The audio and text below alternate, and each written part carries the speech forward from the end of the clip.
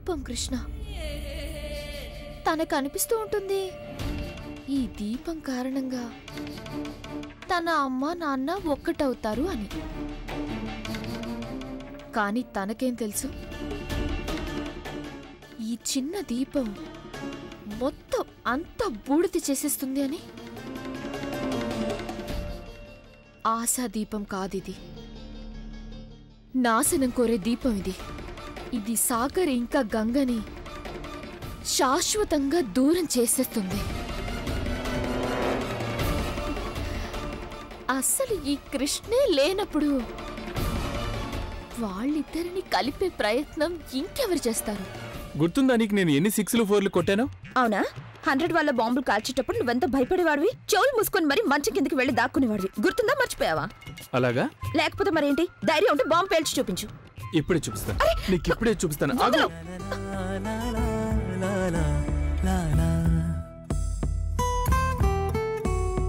నువ్వే నువ్వే నా కన్ని నువ్వే, నువ్వంటే నా ప్రాణమే. ఏనాడైనా నీతోనే ఉన్నా, జన్మంత నీ కోసమే.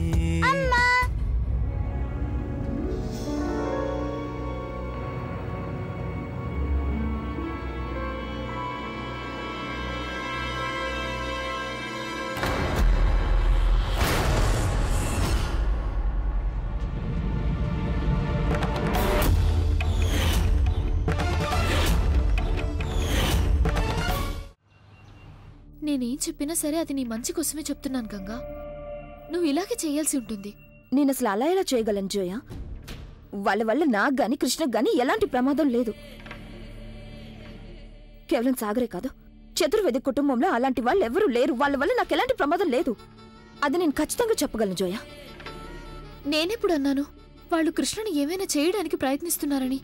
కానీ వాళ్ళు కృష్ణని వాళ్లతో బలవంతంగా తీసుకెళ్లే ప్రయత్నం అయితే చేయగలరు కదా.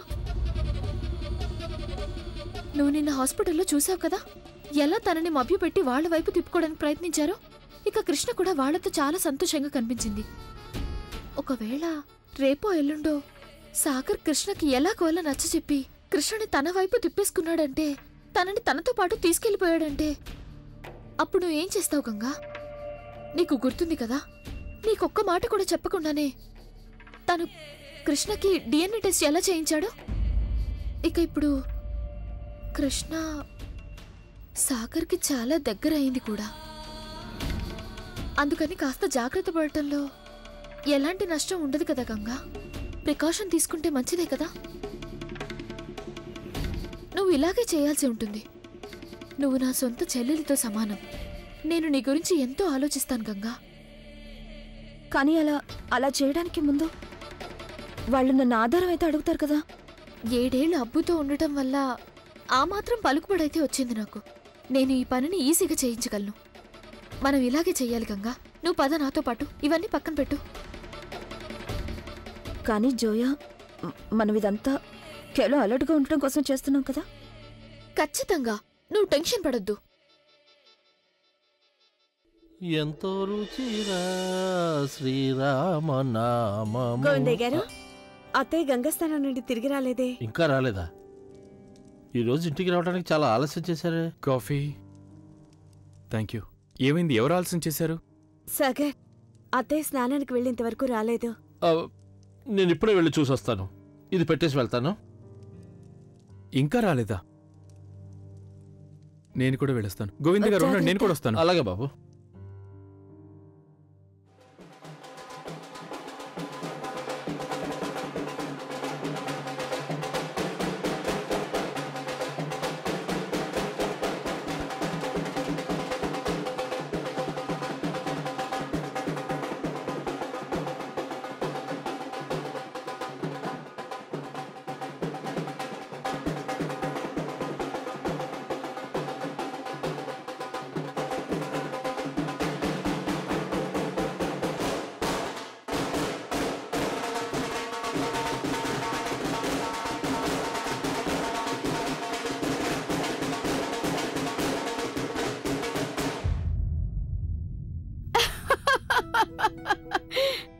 ఏంటా? ఏంటా? నేను నీకు చెప్పాను కదా, రేపు నువ్వు కలుస్తావు గంగ ఇంకా కృష్ణుని అని. నేనొకటి ఆలోచించి చెప్పాను కదా, అదే నా ఉద్దేశం. ఏంటంటే ఈరోజు మనం వెళ్దాం కృష్ణ ఇంకా గంగనింటికి తీసుకురావడానికి, నా కోడల్ని.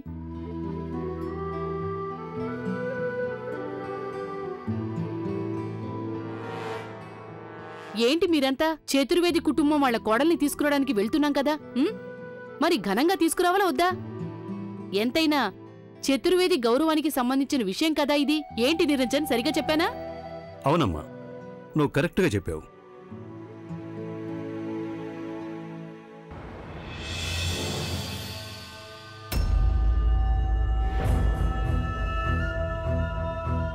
గంగా ఏమైంది? బట్ జోయా, ఐ ష్యూర్ మనం ఏదైతే చేయబోతున్నామో అది కరెక్టేనా? కృష్ణుని నీ దగ్గరే పెట్టుకోవడానికి ఇదొక్కటి దారి మిగిలింది మనకి. నేను నీ చెడు కోరుకుంటానా? లేదు కదా. అందుకని నీ మనసులో ఏవైతే ప్రశ్నలు తలెత్తుతున్నాయో వాటిని రానివ్వద్దు. అయినా ఇవన్నీ మనం అలర్ట్గా ఉండడానికి చేస్తున్నాం. పద నాతో పాటు.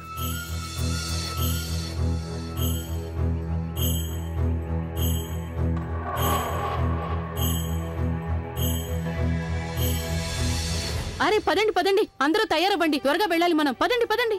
లేదత్తయ్య, మీ అందరూ వెళ్ళండి. నేను నా కోడలు మనవరాలి స్వాగతానికి ఏర్పాట్లు చేస్తాను.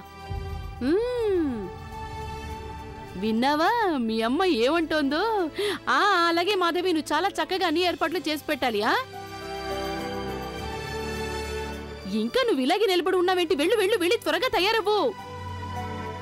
రా సాగర్, నాకు చాలా సంతోషంగా ఉంది. సాగర్, చాలా సంతోషంగా ఉంది.